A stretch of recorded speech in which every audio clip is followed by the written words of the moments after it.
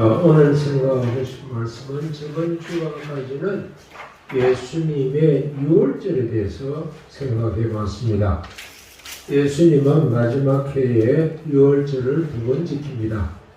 한 번은 제자들과 함께 지금까지 지내오는 예식을 통한 유월절이었고, 그리고 그 유월절이 끝나자마자 그 다음 날부터 예수님이 몸소 우리를 구원하시고자 유월절의 상징을 실제로 실천하시는 유월절을 얘기했습니다. 그리고 이제 3일 만에 부활하시게 됩니다. 이 부활에 대해서 예수님은 우리에게 뭘 요구하시는가? 그 요구사항을 한번 살펴보겠는데, 실제로 마태복음의 경우에는 1장부터 28장까지 있는데, 그 중에서 1장부터 26장까지는 예수님께서 어떻게 고난을 당하시고 복음을 전하시고 유월절을 지키셨는가 하는 것이 기록되어 있고, 27장에서는 예수님께서 살아나시는 장면이 기록되어 있습니다. 그리고 28장으로 넘어가면 이제는 예수님께서 제자들에게 무엇을 부탁하시는가? 이제부터 짧은 장의 부탁을 하지만 사도 요한은 2장에 걸쳐서도 이야기를 하고 있습니다.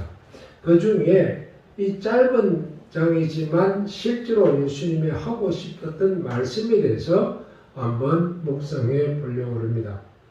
문제는 제자들이 예수님의 부활을 믿었는가 하는 것입니다. 실제로 예수님의 부활을 믿지 못하는 자는 고린도전서 15장 19절 말씀대로 이 세상에서 참으로 불쌍한 자다라고 이야기했습니다. 그런데 이 부활을 제자들이 믿지 않았다는 사실입니다. 제자들이 예수님의 부활을 믿지 못했다. 아니, 안 했다는 것이 어쩌면 더 나을지도 모르겠습니다.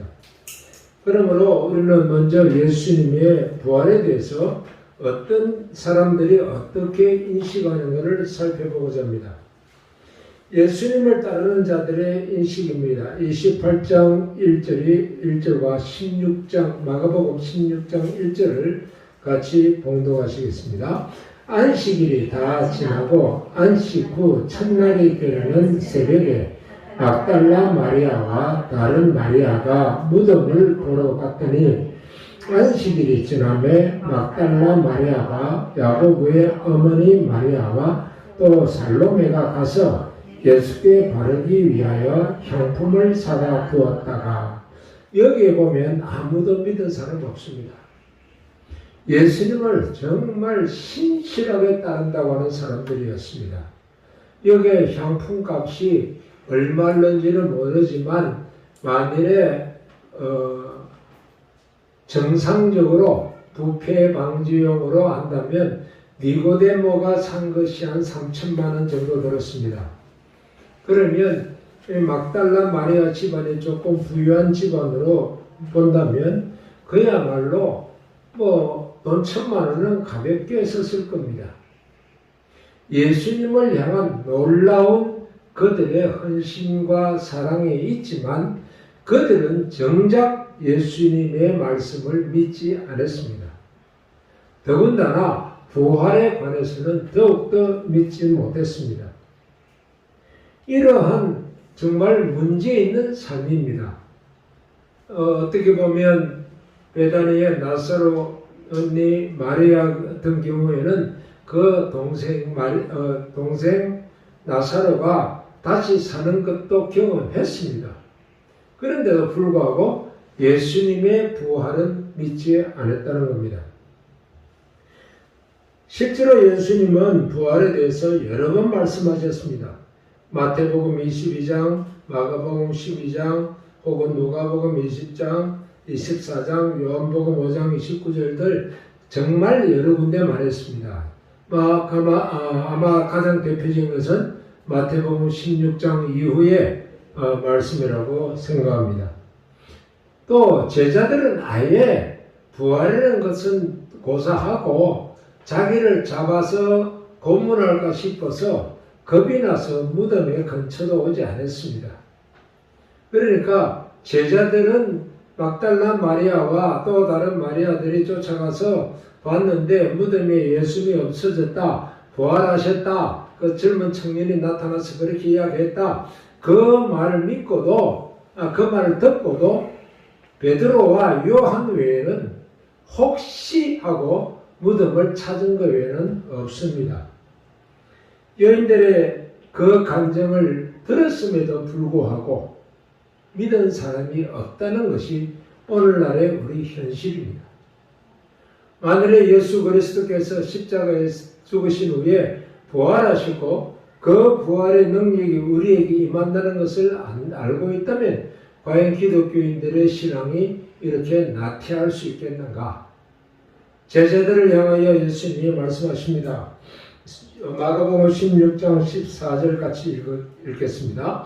그 후에 11 제자가 음식을 먹을 때에 예수께서 그들에게 나타나사 그들의 믿음 없는 것과 마음이 완악한 것을 꾸짖으시니 이는 자기가 살아난 것을 본 자들의 말을 믿지 아니함이라. 아니 자기들이 못 믿고 있는데 숨어 있었던 건 그래도 이해를 해주겠다.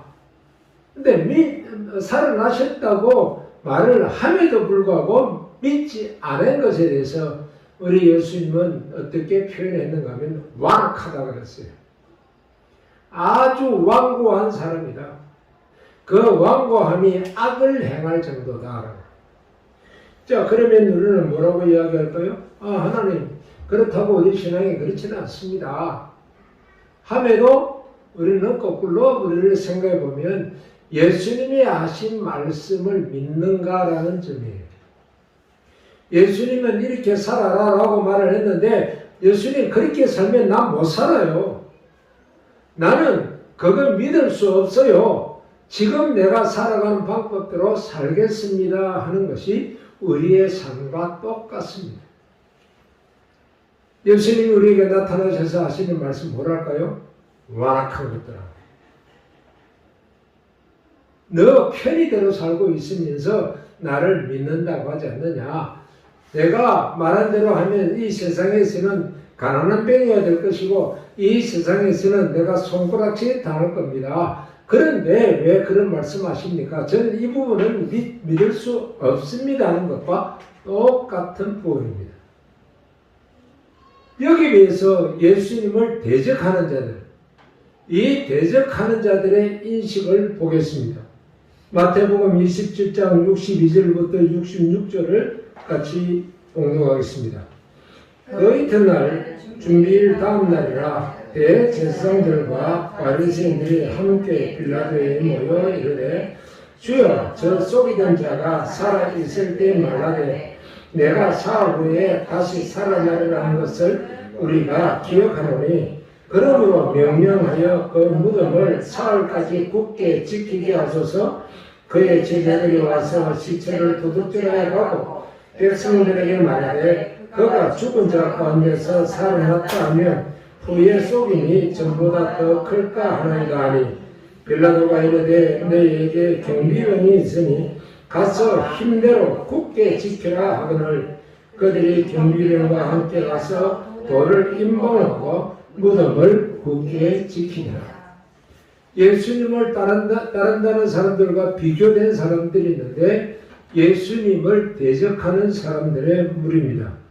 그런데 이 예수님을 대적하는 사람들이 제자들보다 나아요. 제자들은 예수님이 살아나지 않는다, 이미 죽었다, 그러니까 예수님에 대해서 우리가 예우를 갖춘다. 그것도 제자들은 겁이 나서 숨었을 뿐이고 막달라 마리아와 또 다른 마리아들 이렇게 향유를 준비했다가 예수님의 몸에 부으려고 한 겁니다. 여기 비해서 예수님의 대적자들은 어떻게 했습니까? 예수님이 평상시 한 말을 기억하고 빌라도에 가서 군사를 풀어서 무덤을 굳게 지켜주세요라고 부탁합니다. 그런데 그 무덤은 그냥이 아니라 돌무덤으로 돌을 굴려야 되는데 그 굴리는 돌이 약간 비스듬하게 되어 있습니다. 그래서 여러분들 그 사진에 나와 있지만 이 돌을 굴리고 나면 그러니까 비스듬하게 되어 있으니까 내려가 굴리기는 쉬워요. 거꾸로 문을 열려 그러면 어마어마한 에너지가 들어갑니다. 기본적으로 1톤에서 1.5톤, 어떤 것은 2톤에 이른다고 합니다. 이 2톤에 이르는 것을 여의 세 사람이 열 수 있는가? 불가능합니다. 이러한 그 돌무덤에다가 지금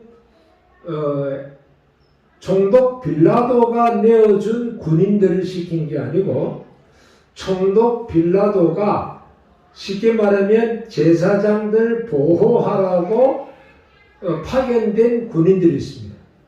그 파견된 군인들이 제사장의 직속 부하들이기 때문에 제사장의 지시를 따르게 되어 있습니다. 그래서 이 대제사장이 너희들이 가서 반드시 이 돌문을 지켜야 한다.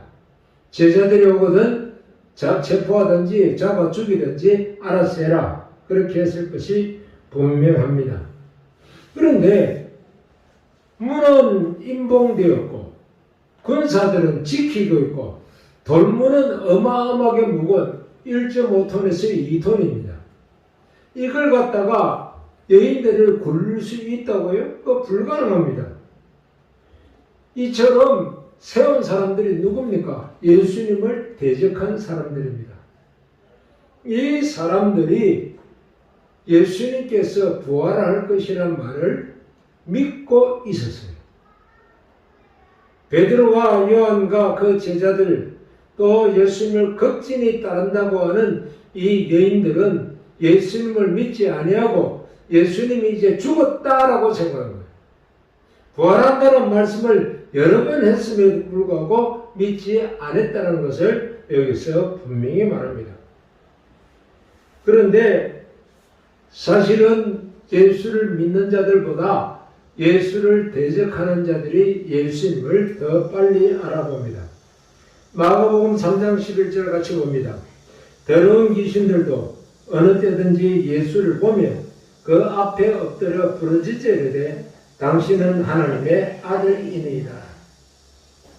대적자들은 우리가 예수를 믿지 못하도록 하는 데 비해서 예수님은 우리를 택하셔서 구원시키고 그리고 하나님과 더 가까이 지남으로 인해서 복을 받게 하려고 그렇게 말씀하셨음에도 불구하고 안 믿는다고 말해요. 사실 한국교회의 성도들이 예수님의 말씀을 얼마나 믿을까요? 내 스스로를 한번 살펴보세요.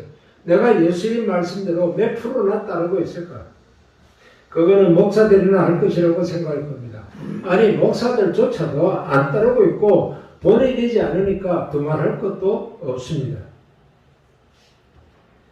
그러나 하나님은 그의 백성들을 위해서 준비한 것이 있습니다. 2절부터 7절 중에 2절부터 4절을 보겠습니다. 같이 읽겠습니다.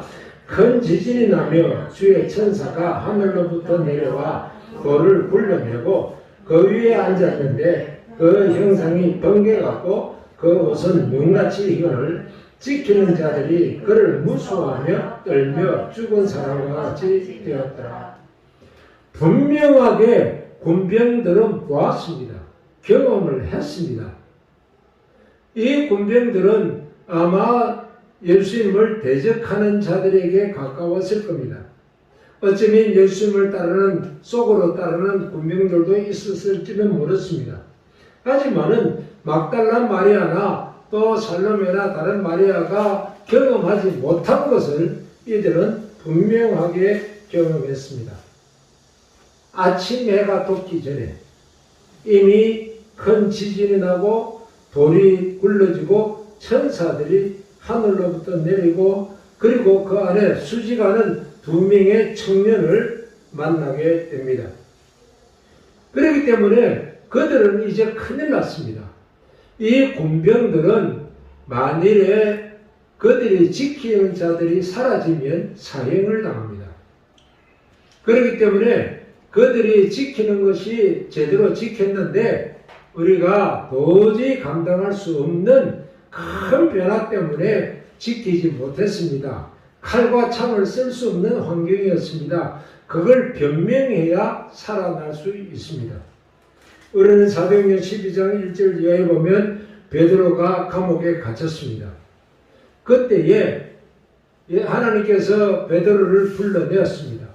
감옥의 문이 저절로 열리고 그의 착고가 저절로 풀리고 그리고 감옥 밖으로 나와서 여인들의 기도하는 그 기도 처소까지 이르는 걸 봅니다. 그 다음 날 헤로드 왕이 베드로를 잡아와서 죽이자. 야고보도 죽였는데 왜 우리가 베드로 못 죽이냐? 그리고 베드로 죽이자 했는데 없어졌습니다. 그때에 이 베드로를 지키던 자들이 어떻게 되었습니까? 헤로드 왕이 다 죽여버렸습니다. 그처럼 중요한 임무를 지키지 못하면 죽음입니다. 그런데 이 군사들이 살았다고요?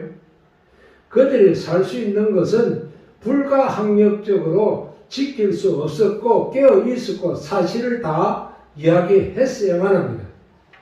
지금 베드로를 놓친 군사들, 감옥지기들은 그 환경을 모릅니다.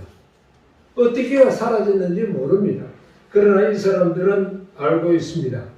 그러므로 정직하게 말하는 것이 그들의 목숨을 살리는 것인데 이것을 총독과 내통하고 있는 대제사장들은 거짓말을 하게 하고 돈을 많이 주어서 그들의 거짓말이 진짜처럼 이야기하도록 했습니다.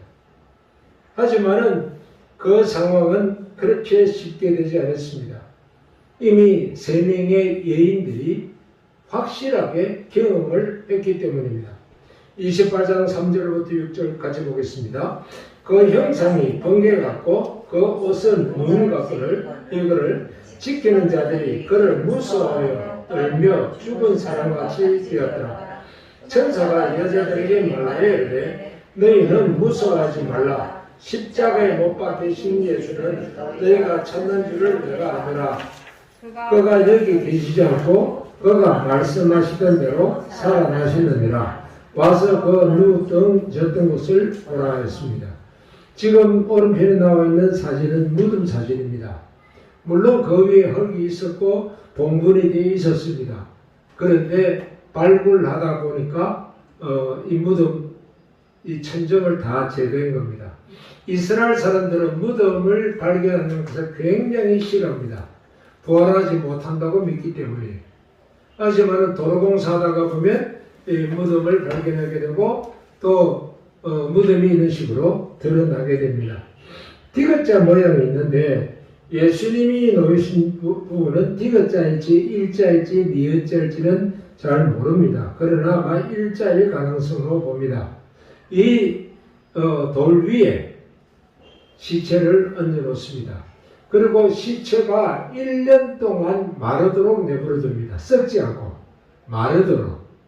그렇게 해서 비일화가 되고 나면 그 다음에는 1년 후에 60cm 길이가 60cm 폭이 한 25cm 그 다음에 이제 높이가 한 30cm 정도 되는 석회로 된 함이 있습니다. 그 함에다가 뼈들을 골라서 집어넣습니다. 그리고 뼈들을 집어넣은 다음에는 그 뒤에 보면 구멍들이 보입니다. 이 구멍들이 이제 자기 가족묘입니다. 그래서 이 가족묘에 그 석회로 되어 있는 그 함을 넣으면 장례가 끝납니다. 그래서 이스라엘의 장례는 1년을 기본으로 하고 있습니다. 예수님께서 아버지 장례를 치르고 오게 와서 예수님 따르게 해주세요. 그러니까 장례 치르는 것은 죽은 자가 죽은 자로 하여금 하게 하라. 그렇게 이야기합니다. 여기에 장례를 치른다는 말은 우리처럼 3일장이나 5일장이 아닙니다. 물론 중동에서는 1일장을 합니다. 사막 지역에서는 1일장을 하지만 우리는 3일 내지 5일장을 하고 여기에서는 1년장을 택하고 있는 겁니다. 자, 이렇게 예수님이 놓인 이 돌 위에 천사 2명이 있었습니다.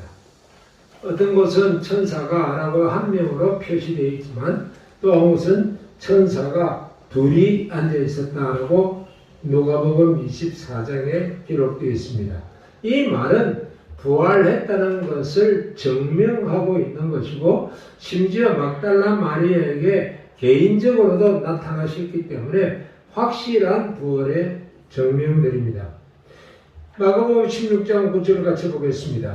예수께서 안식 후 첫날 이른 아침에 살아나신 후 전에 7 귀신을 쫓아내어 주신 막달라 마리아에게 먼저 보이시니 살아나신 후에 전에 귀신 들렸던 자를 고쳐준 막달라 마리아에게 나타나셨다. 이거는 그냥 상징적인 게 아니라 분명히 보았다라고 이야기합니다.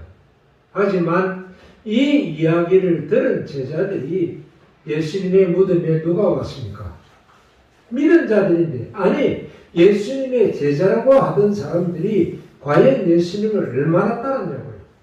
베드로와 요한 외에는 없습니다. 그것도 베드로는 한번 무덤 쪽을 쓱 쳐다보고 가버리고 요한이 조금 더 무덤 안으로 들어왔을 뿐입니다. 그래서 예수님께서 11제자에게 9제자뿐만 아니고 베드로와 요한도 다 합쳐서 어떻게 믿지 못하느냐, 예수님의 부활을 어떻게 못 믿느냐, 예수님의 부활이 내 삶에 힘이 되지 못하는 이유가 뭐냐, 그냥 예수님을 믿는다고는 하지만 너희들이 예수님의 부활에 대한 그 확신과 능력과 예수님의 부활에 주는 그 놀라운 사건에 대해서 왜 나의 힘이 되지 않느냐, 복음을 전금 왜 못하느냐, 예수를 왜 믿느냐, 착한 일을 하려고 믿는 거다. 아니 당신네들은 예수쟁이 되니까 그렇게 일을 해야 돼요 라고 이야기하지만 과연 죽은 후에 천국 가시겠습니까? 라고 물으면 그거 누가 알아요? 그거 누가 알아요? 대부분이 그렇게 대답한다는 사실입니다. 정말로 많은 그런 사람들을 만났습니다. 이마트 앞에서 매주 전도할 때에 그냥 당신 오늘 죽으면 천국 갈 수 있습니까? 그러면 그거 누가 믿습니까? 교회에서 착한 일만 하면 되지요. 그러나 예수님은 또다시 말합니다. 28장 7절입니다. 같이 보겠습니다. 또 빨리 가서 그의 제자들에게 이르되 그가 죽은 자 가운데서 살아나셨고 너희보다 먼저 갈릴리로 가시나니 거기서 너희가 배우리라 하라. 보라 내가 너희에게 일렀느니라 하거늘. 여기 보면 분명히 여인들에게 말씀하십니다. 갈릴리에서 보자고 합니다. 그런데 실제로는 그날 저녁에 10명의 제자, 도마를 뺀 10명의 제자를 만납니다. 왜 갈릴리에서 보자 해놓고 10명의 제자를 먼저 만났을까? 그것을 다음 기회에 또다시 깊이 좀 설명해 보려고 합니다. 하여간 예수님의 살아나심을 체험하게 됩니다. 예수님의 살아나심을 우리 신앙인들이 먼저 체험을 해야 된다는 겁니다. 도마는 뭐라고 합니까? 베드로와 요한과 나머지 9명의 사도들이 우리 예수님 만났어. 웃기는 소리 하지 마.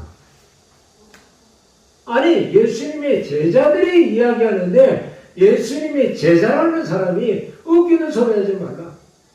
나는 그분의 예수의 손을 만져봐야 되고 예수님의 옆구리에 손을 넣어봐야 내가 믿겠다. 좋아요.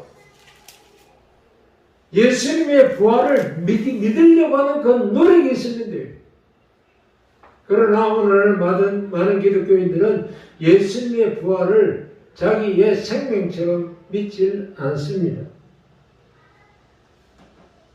안식 후 첫날에 예수님께서 3명의 여인들과 그리고 또 9명의 제자들에게 나타났습니다. 그런데 안 믿어요. 도리어 믿지 않았기 때문에 그들에게는 뭐가 없었습니까? 평강이 없었습니다. 안식오 첫날에 예수님께서는 숨어있고 밖으로 나가기 두려워하는 그들에게 평안할지어다. 그러나 요한복음에 보면 평강할지어다 에이레네라고 이야기합니다. 이 에이레네라는 말은 구약에서 샬롬이라는 말입니다. 어떤 형편의 어려움이 있더라도 마음은 평안해라. 우리가 코로나를 당하고 있다든지 아니면 우리가 어려운 경제사정에 봉착했다든지 우리가 각가지 어려운 상황에 있다 할지라도 너희들의 마음은 평안하라라는 것입니다. 이것은 예수님께서 그냥 주시지는 않습니다. 내가 너희들에게 평안을 주겠는데 너희들이 받아들일 거냐라는 이야기예요. 이거 받아들이지 못하는 기독교인 참 많습니다. 내가 지금 힘들어 죽겠는데 뭘 예수님이 나에게 평안을 이야기합니까? 라고 이야기합니다. 사실 이들은 평안이 없었습니다. 예수님의 부활이 확신적으로 들어오지 않았기 때문에 평안이 없었습니다. 그래서 불안한 마음으로 예수님이 살아나셨다는 말을 세 여인들이 이야기해도 집안에 꽁꽁 들어묶여서 꼼짝 안 하고 살았다는 이야기입니다. 하지만은 예수님은 말합니다. 내가 살아났기 때문에 너희들은 평강을 누릴 수 있다라는 겁니다. 예수님이 살아 계시기 때문에 어떤 환난과 고통과 어려움이 오더라도 너희들은 평안할 수 있다라는 겁니다. 정말로 식당에 가보면 참으로 안타까운 일이 있습니다. 이번에 어떤 분이 저를 너무 많이 도와주어서 그래서 같이 식사를 하게 되었습니다. 저는 참석하지 못하고 저녁 6시 오라 우리만 참석할 수 있다고 그러니까 그럼 두 분이 가서 식사를 하시고 두 분의 것은 포장을 해달라. 그랬는데 그야말로 줄을 서서 먹는 곳이 이제는 3팀밖에 앉아있지 않더라고요. 이런 환난입니다. 이런 환난입니다. 그럼에도 불구하고 마음에 평강이 있을 수 있다는 거예요. 예수님이 부활하셨기 때문입니다. 그래서 예수님은 갈릴리에서 만나기 전에 너희들에게 내가 살아난 것을 내가 확정해 줄게. 이 부활을 확실하게 믿는 자에게 뭐가 있을 수 있느냐? 평강이 있을 수 있다는 것입니다. 이들은 평강을 첫 번째로는 어떻게 느꼈습니까? 이제는 집 밖으로 나갈 수 있는 정도의 평강을 가졌습니다. 나 예수 믿는 사람이라고 말을 할 수 있을 정도의 평강을 가졌습니다. 나는 하나님의 제자들이다 라는 정도의 평강을 가졌습니다. 하나님은 그 정도의 평강을 원하지 않습니다. 우리의 일상에서 누리는 평안에서 발전해서 복음을 다시 전할 수 있는 그런 평강을 누리려고 합니다. 그래서 이들은 일상의 평안을 찾았기 때문에 바닷가로 가서 고기 잡으려 합니다. 그때 예수님께서 새벽에 일찍이 너 고기가 있느냐? 없습니다. 깊은 데로 던져봐라. 그랬더니 고기가 잡혔습니다. 153마리였습니다. 153의 의미는 성경은 말하지 않습니다. 그렇기 때문에 그 153에 대해서 깊은 의미를 부여할 필요는 없다고 봅니다. 단순히 이 153마리인데 그거보다 다른 것도 작은 것들도 잡혔겠지요. 큰 것만 계수하니까 153마리인데 그물이 찢어질 정도였다 그럽니다. 그러니까 어느 정도 큰지를 우리는 충분히 이해할 수 있습니다. 그렇게 예수님을 만날 수 있고 또다시 우리의 평강이 예수님을 전할 수 있는 평강까지 발전했다는 겁니다. 베드로에게 3번의 질문을 하기도 합니다. 하여간 예수님은 이 7명의 제자들에게 뭘 말합니까? 너 고기잡이 계속할 거야? 너 고기잡이 계속할 거야? 너 지금 일상생활에 그렇게 사는 것이 맞다고 믿을 거야? 아니다. 내가 말한 대로 내 양을 먹이고 내 양을 치고 내 양을 먹이라. 무슨 말씀입니까? 지금 일상으로 되돌아온 것만 해도 에이린의 평강을 누린 겁니다. 그런데 그렇지 않냐고 내가 핍박을 받아도 복음을 전할 수 있는 사람이 되겠느냐? 그까지 평강을 누리겠느냐? 아주 예생이들 어제 통계를 알아봤습니다. 목사님들은 코로나에 대해서 수치가 잘 지킨다고 판단하신 분이 약 80%입니다. 그런데 세상 사람들은 코로나 수칙을 지키지 않는다게 지킨다고 얘기한 사람이 16%밖에 안 됐습니다. 84%가 기독교는 코로나 수칙을 안 지키는 사람들이다 라고 인식이 되어 있습니다. 하지만 그런 인식 속에서라도 복음은 전해야 된다는 겁니다. 여기에 머물러서는 안 된다는 겁니다. 동료 목사님에게 전화를 걸었습니다. 요즘 어떻게 지내십니까? 거의 다 대답이 동일합니다. 이 상황 넘어갈 때까지 억지로라도 견뎌야죠. 아니요. 억지로 견디는 게 아니라 이 상황을 우리가 역으로 뒤집어서라도 복음을 전거할 수 있는 기회를 찾아야 된다는 겁니다. 세상은 우리가 조용히 있는 것을 원합니다. 그러나 우리 하나님은 복음을 증거하는데 환난과 핍박이 있다 할지라도 복음이 증거되기를 원한다는 사실입니다. 이 이후로 예수님이 다시 7 제자를 만난 후에 평강이 너에게 있을지어다. 그 이후로 제자들은 바뀝니다. 사도가 됩니다. 그 이후로 이제는 다락방에 모여서 기도하면서 우리가 해야 할 일을 찾아내기 시작합니다. 예수님께서 부활하시다는 사실이 그냥 집안에 처박혀 있고 집안에서 겨우 밖으로 나와서 이제 그냥 돌아다닐 정도, 사회생활을 할 정도로만 끝내게 하시는 예수님이 아니었다는 사실입니다. 부활의 확신이 있으면 그 다음에는 우리가 가진 것이 증거하는 책임을 가졌다. 이것을 갖지 못했을 때에 예수님이 찾아오십니다. 그리고 말씀하십니다. 내가 평강을 주겠으니 너는 나를 사랑해라. 너는 나의 양떼를 보스게 미겨라. 나의 양떼를 쳐라. 내 양떼에게 먹을 것을 제공하라고 이야기했습니다. 그러므로 예수님이 원하시는 건 뭐냐? 우리가 마태복음 16장 16절 말씀 잘 알고 있습니다. 주는 그리스도시요 살아계신 하나님의 아들이시니다라는 이 신앙 고백이 나에게만 아니라 내 이웃에게도 끊임없이 증거되어야 한다는 것입니다. 예수님이 주시는 평강 때문입니다. 지금 두려울 필요 있습니까? 아니, 두렵습니까? 이것 때문에 복음을 전하거나 나는 예수 그리스도인이라고 하는 그 말을 못하거나 그러면 어떻게 되겠느냐? 어제 코로나 검사를 받는데 거기에 쓰는데 당신은 누굽니까? 라고 있더라고요.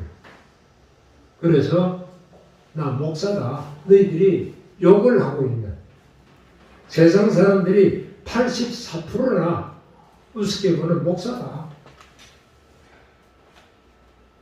분명하게 나를 밝히려고 했습니다. 하나님의 백성들과 교제하는 것이 뭐가 잘못이냐? 위험성이 있으면 그 위험을 피해가면 될 뿐입니다. 그래서 우리 교회가 아무리 어려운 상황에 있다 할지라도 제자들이 이렇게 숨어 있는 만큼 두려워할 그런 상황입니까? 아닙니다. 예수님은 두려워하는 우리에게 찾아와서 말씀하십니다. 평강이 있을지어다. 에이린의 휘민이라고 하십니다. 너희들에게 내가 평강을 주겠으니까 그 평강을 받아라. 무슨 평강이 있습니까? 내가 살아났다. 내가 모든 죽음을 다 이기고 살아나서 너희들을 편에 서서 너희들을 도와줄 테니까 당당하게 복음을 전하는 자 되기를 원하시는 예수님의 모습입니다. 오늘도 우리의 삶이 부활해 주는 그 기쁨을 누릴 수 있기를 원합니다. 다시 한번 정리합니다.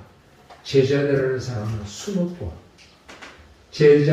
예수님을 반대하는 자들은 군사까지 동원해서 무덤을 지키게 하고 누가 예수님의 말씀을 믿는 사람입니까?